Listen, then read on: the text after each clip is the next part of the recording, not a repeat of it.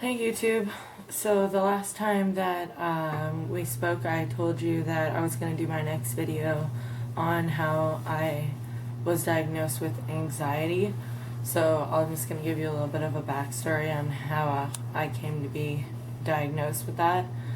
So basically, I started smoking when I was 15. Around 15, I think. And I smoked for about 4 years, and then around when I was like 19, I think, I started getting like sick all the time. Like I would have throat infections and bronchitis and all sorts of stuff like that. So I just got really sick of being sick. So I decided I was gonna quit smoking. So I went to my doctor because I knew I wasn't going to be able to quit cold turkey. I needed to a stop smoking aid. So I went to the doctor, and what did he give me? I think it was called Champex. And it worked for me really good. I ended up quitting, and then about a month or so after I quit smoking, I started having these weird feelings. Like sometimes they would feel like just hot all of a sudden, or you just like get this wave of like all of a sudden you just feel sick. And they started getting like more and more intense to the point where I would like have to lay down when I would get like the feeling really bad until it would go away, because I felt like I was gonna like kind of pass out or just like throw up or something. So I would always have to like just go and lay down and try and wait until it went away.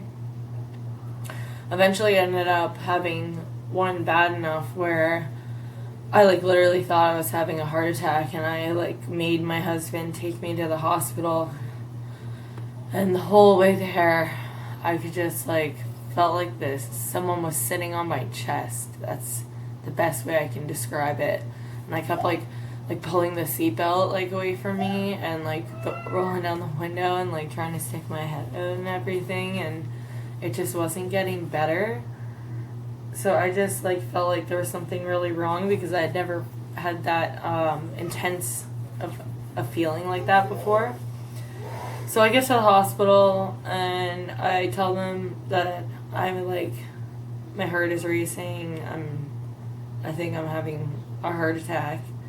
So they hooked me up to one of those heart rate monitors that measures like the waves that your beats of your heart give off. So she said that my heart rhythm was completely normal and that I had a completely healthy heart. And I was like, okay, well, like, why am I having these feelings? And like, I just didn't understand, like, if there wasn't anything wrong with my heart, why was my heart racing, and why was I like feeling sick and nauseous and stuff. So eventually a doctor came and talked to me and told me that I had an anxiety attack. And I was like, well, like, what does that mean? I'd never really experienced anxiety in my life. Well, labeled anxiety, I guess, until that point. So I remember saying to the doctor, like, you're kidding me, right? Like, I quit smoking and I developed anxiety. Like, just like a trade-off. Not a very fair one, in my opinion. And I was like shaking my head at that point. Like, why did I go through all of that, to try to do something healthy and responsible? And then I only develop a new problem, a new issue, which was hard to deal with for a little bit. So knowing that I had it didn't help when the attacks would come on. Knowing that knowing that I wasn't having a heart attack made it feel better, but I still knew that like I was having like an attack, so it would still freak me out, and my own thoughts like made it so much worse. Like I would think about passing out in public, or passing out somewhere by myself and like no one finding me, or like throwing up, or just like having people look at me like I'm crazy or gonna have a meltdown or something. So it got to the point where I wouldn't even leave the house, and when I did, it was like a nightmare. Like as soon as I got in the car, I would physically start feeling sick, and that would lead to thoughts of like throwing up, passing out, like you just like have this trail of negativity. Like, what if this happens? What if that happens? What if this happens? And it just feeds into the anxiety that you're already feeling. I would get myself like literally panicked over nothing. And we live like outside of town, so it takes like 10 minutes to drive in. So for 10 minutes I'd be like panicking myself in the car, like, oh my god, this could happen, oh my god, this could happen. And the more and more I thought, the more and more the anxiety would build. So for a year I struggled really bad with it. Like every single time I had to go out, I would have problems with it. And then I started doing a little bit of research myself, and I started realizing that my own negative thoughts, when the feeling of anxiety would come on, was like feeding into it, and that my own like irrational fears were making the attacks worse and possibly even more frequent. So when I started feeling that familiar feeling, I would instantly try to change my thinking. Like, you're not gonna pass out, you're not gonna throw up, you're not gonna, freak out in public, everything's gonna be okay, your husband's here, or whoever is with me is here.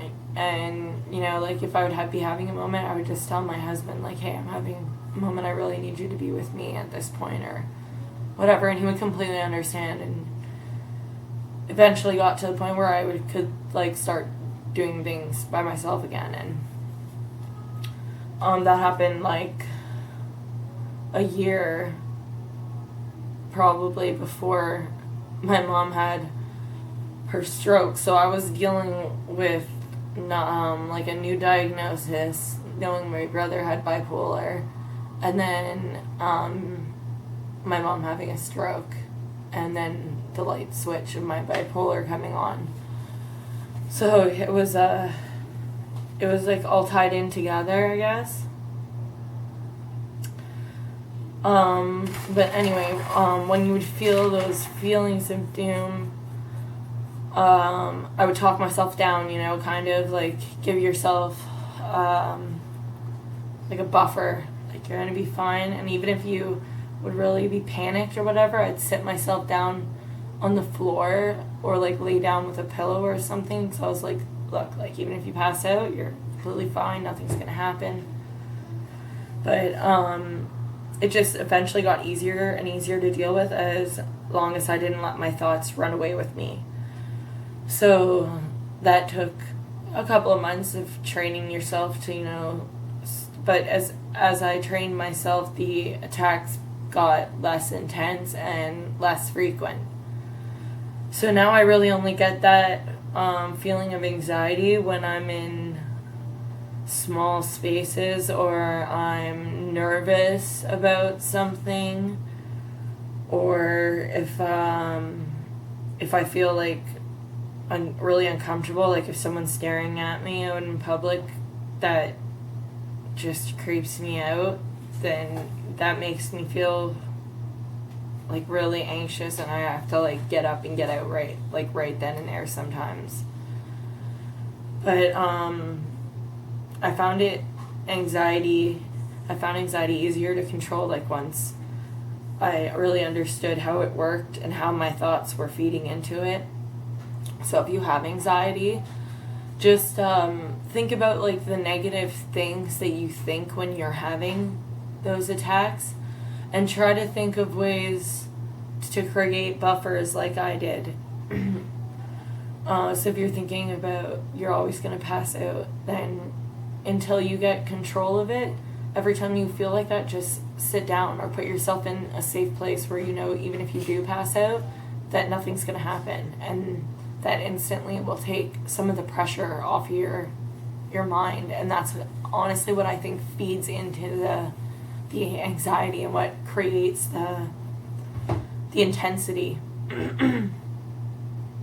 But until next time, use your positive thoughts as a weapon to aid you. Don't let the darkness in. Stay strong, and remember, you're not alone.